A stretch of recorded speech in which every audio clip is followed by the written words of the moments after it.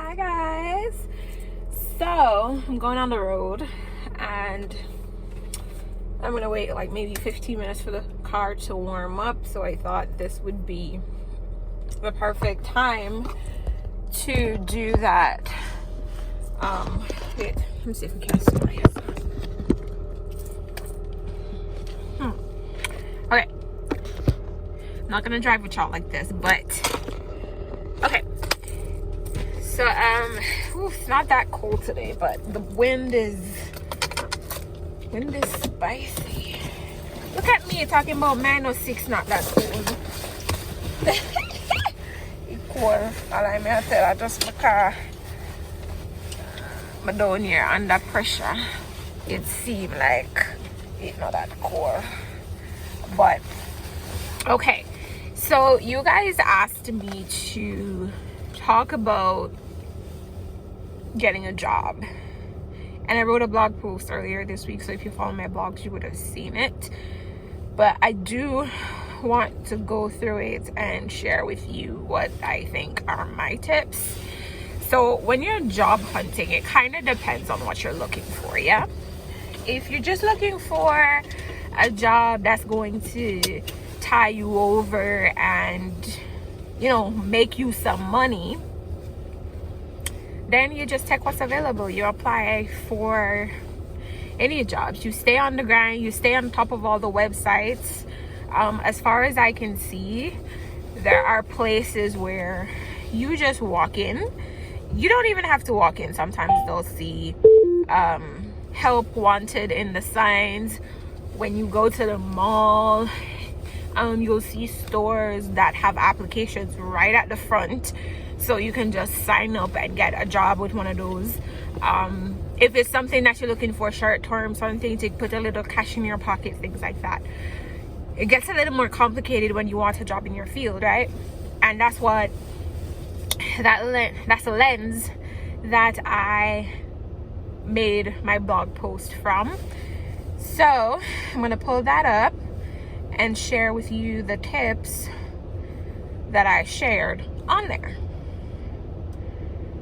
All right, so it's called 10 tips. It's on my website, 10 tips for job hunting in Canada as a newcomer. And my tips are, number one is to start networking immediately. If you know that you're going to come, start networking before you come. And this took me a little bit of a while to do, because you know how Jamaicans stay, we don't really want people in our business like that. But change your LinkedIn. Change your LinkedIn. It impacts the jobs that you're shown. Download Indeed.ca, and well, the Indeed app, you go in and you change the country, so download Indeed, right? But in terms of LinkedIn is a very, very, very useful tool. LinkedIn is social media, but it's social media for professionals, right? And so on LinkedIn, you are able to share your skill sets, you're able to share your experiences and your qualifications, but you're also able to take part in conversations that belong to your field. Do that.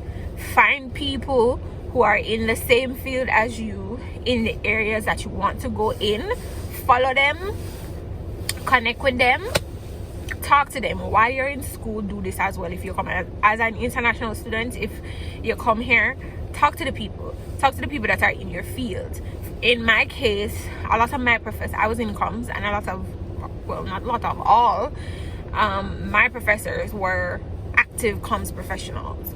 And so, you know, talk to them, feel out the situation, get a feel of what it's like to work in your field and things like that. So that's number one. You should be networking straight across the board, from before you land, after you land. Just meet people, talk to people, get the word out there that you're looking for a job. Point number 2 is to update your resume. This is true for anywhere, but amend your resume to the place that you're going. So how you had your resume in Jamaica might not work here. So figure out how to get your resume rewritten. So do your research on how to do it, and if you find that you can't do it yourself, pay a professional. You have professional resume writers. Pay a professional resume writer, one with good reviews and what people say them use and it good. And do that. Keep your resume clean and short. You don't have to put in every job where you ever have in your whole lifetime. Put in those that are relevant to your field, those that provide you with transferable skills, and if there's a gap, then you don't want to leave a gap, you want to explain. But you know, just be careful that nobody wants to read a long resume. You might be highly qualified or whatever, but people just don't want to read a long resume. Another point to the resume is that you should keep a text copy of your resume. So when I was job hunting, listen, the amount of time I'm going to tell us if you upload the resume and then ask you to input the same information, the same God sent information into the thing, right? Gosh guys, I cut that because I don't want it for too long and give me a problem for upload and things like that. So keep a text copy, like write it out like in a plain text and keep it, so when things like that happen you can copy and paste it. But you'll have to do that, just get used to it. They will also ask you to create an account. Almost everybody, when you apply for job, create an account, create an account, create an account, create an account, which is why I suggest that you use a very specific email for job hunting. Don't use a regular email, because by the time you don't sign in and create an account, and it's too much. Yeah, so what worked for me was to create a dedicated email address for job hunting. Also, edit your resume for the job you're applying for. Don't just send them a blanket resume, right? Based on what they ask you for the job and things like that. Even if your resume matches great, edit your resume. And how I would test edit your resume is to use back the keywords. Don't make it sound unnatural, but when they ask for a certain skill and they ask for it a certain way and you have that skill, put it on your resume in the way with them ask feet. It makes it easier for them to pick it up. It makes them easier for understand. Say, yeah, this is what me I say me can do and whatever. And I'm not the best at selling myself, so. But a girl can write. A girl knows how to put in her keywords. So look for those keywords in your profession that you are using, that job hunt, the employers are going to be using, and make sure that your resume match up on that scale. Next tip is to know what you are looking for. So when you're looking for the job, don't just be applying for jobs willy-nilly. Know what you're looking for. Know. When I was job searching, what I did was me have to search in my field first.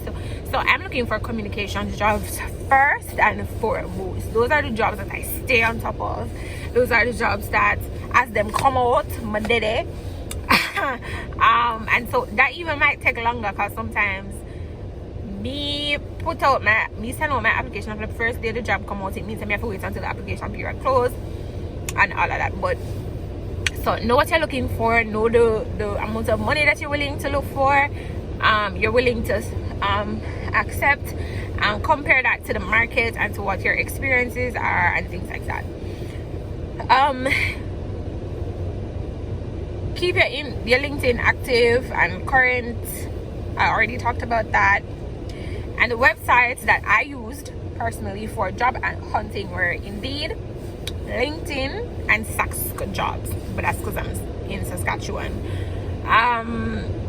Sometime on my headset, I'm go up on Google and just type in like communications professional in whatever city I'm in, and they will come up.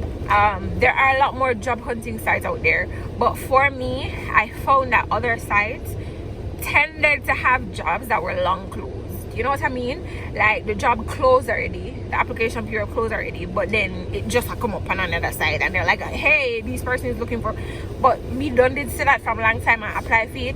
So over time I was able to realize that not all job sites are equal, not because I'm still my job site. Yeah, so those are the ones that I use. I also whatever city I was in. So like when I was in Toronto or whatever, I went on the city website and looked for jobs there. So city of Toronto, city of Regina, yada yada yada, and I looked for those larger companies and corporations that would likely have a need for people, like they're always hiring and things like that. My next tip is, this is number 7, but me know I'm not really call them, and I'm trying not to make this too long, but don't anchor yourself to a location if you don't have to. If you're there already and you feel like you don't want to leave, then fine. But for me, even though I was in Toronto, I mentioned it before, I was not particularly anchored to Toronto, and so I decided that I didn't buy a whole lot of stuff for that reason, because I just say, all right, if I get a job, at Vancouver, if I get a job at Ottawa, wherever I got the job, I was gonna be open to going. And so that gives you a better playing field, right? That gives you a bigger playing field. Communication specialists are a dime a dozen in Toronto, dime a dozen, yeah.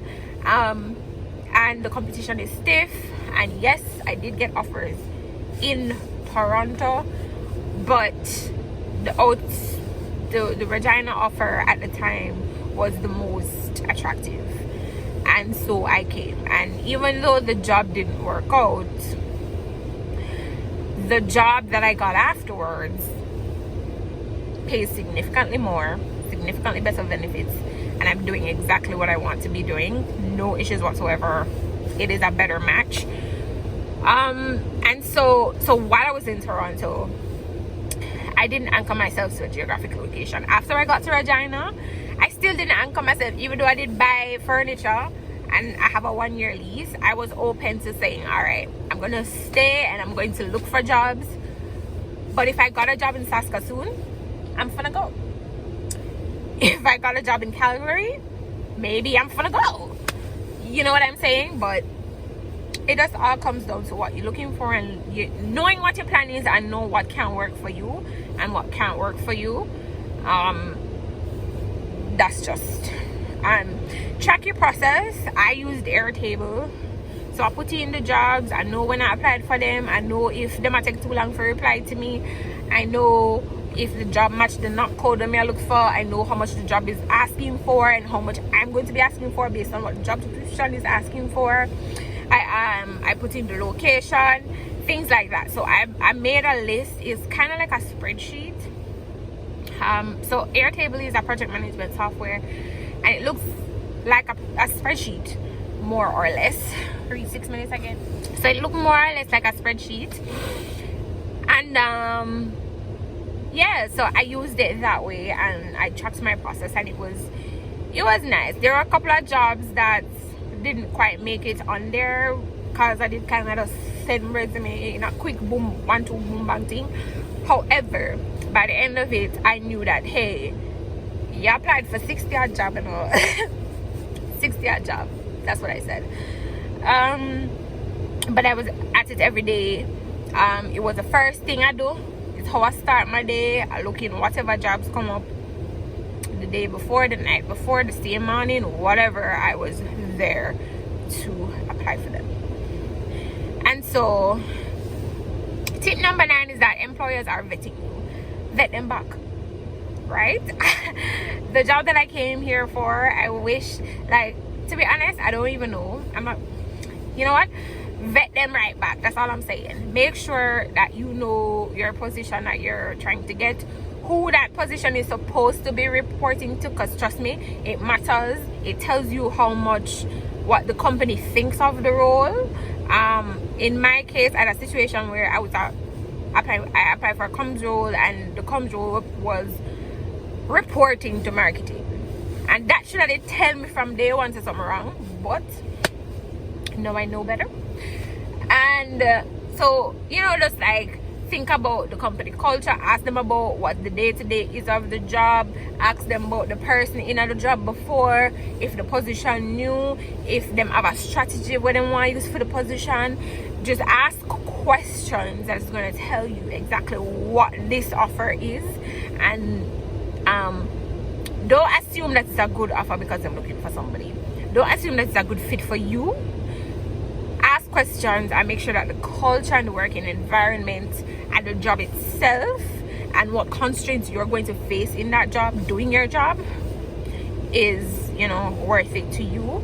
So research, look up the company before you do an interview, find out what they're doing, see what they're doing, and try to figure out, you know, what questions you can ask that will give you a better sense of what it will be like to work for them. And number 10 is to be patient. Patience that kill me. Man, I tell no lie. Me never really make up for that one day. The patience part was killing me. However, at the end of the day, so when I was job hunting in Toronto, I would get responses faster, yeah.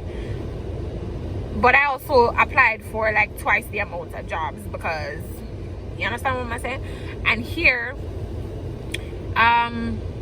I could be going through the process with one employer for like 2 months, and let me tell you that does something to you mentally. But luckily, they would have been like, baby, I just have to be patient, go through the process. In fact, when I received my offer for my job that I currently have, when them offered me the job in less than 7 days, I was like, oh, I was not expecting that.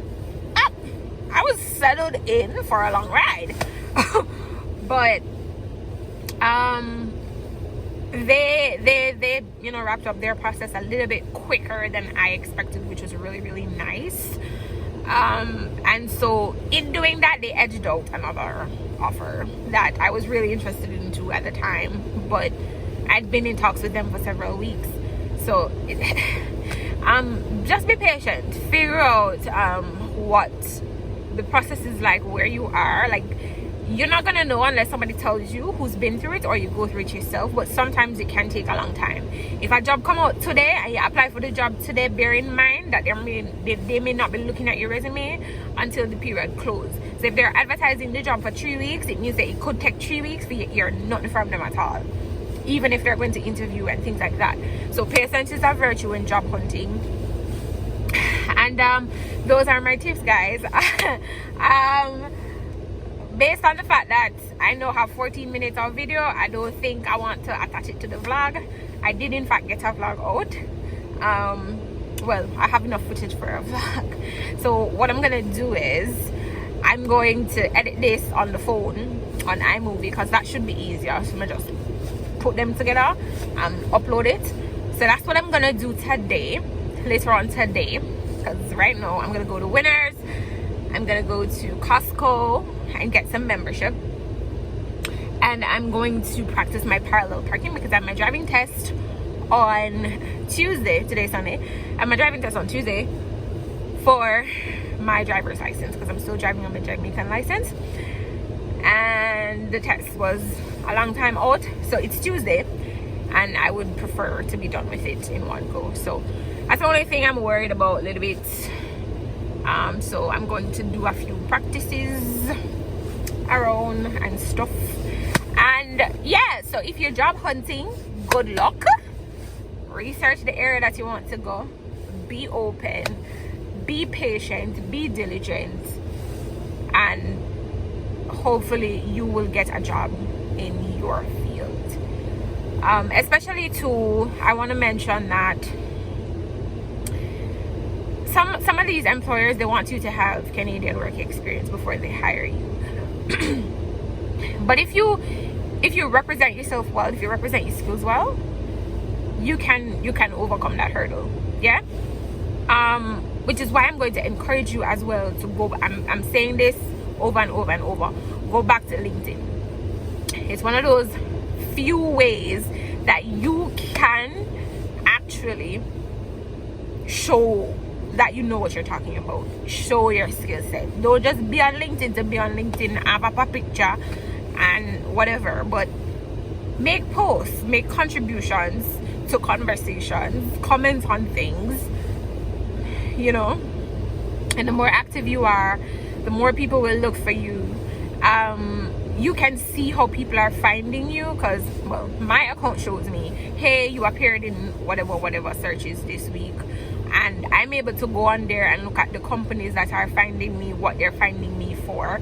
Use LinkedIn, guys. Okay, that's it. The car warm up. I can feel the warmth under my butt now, and I'm gonna go.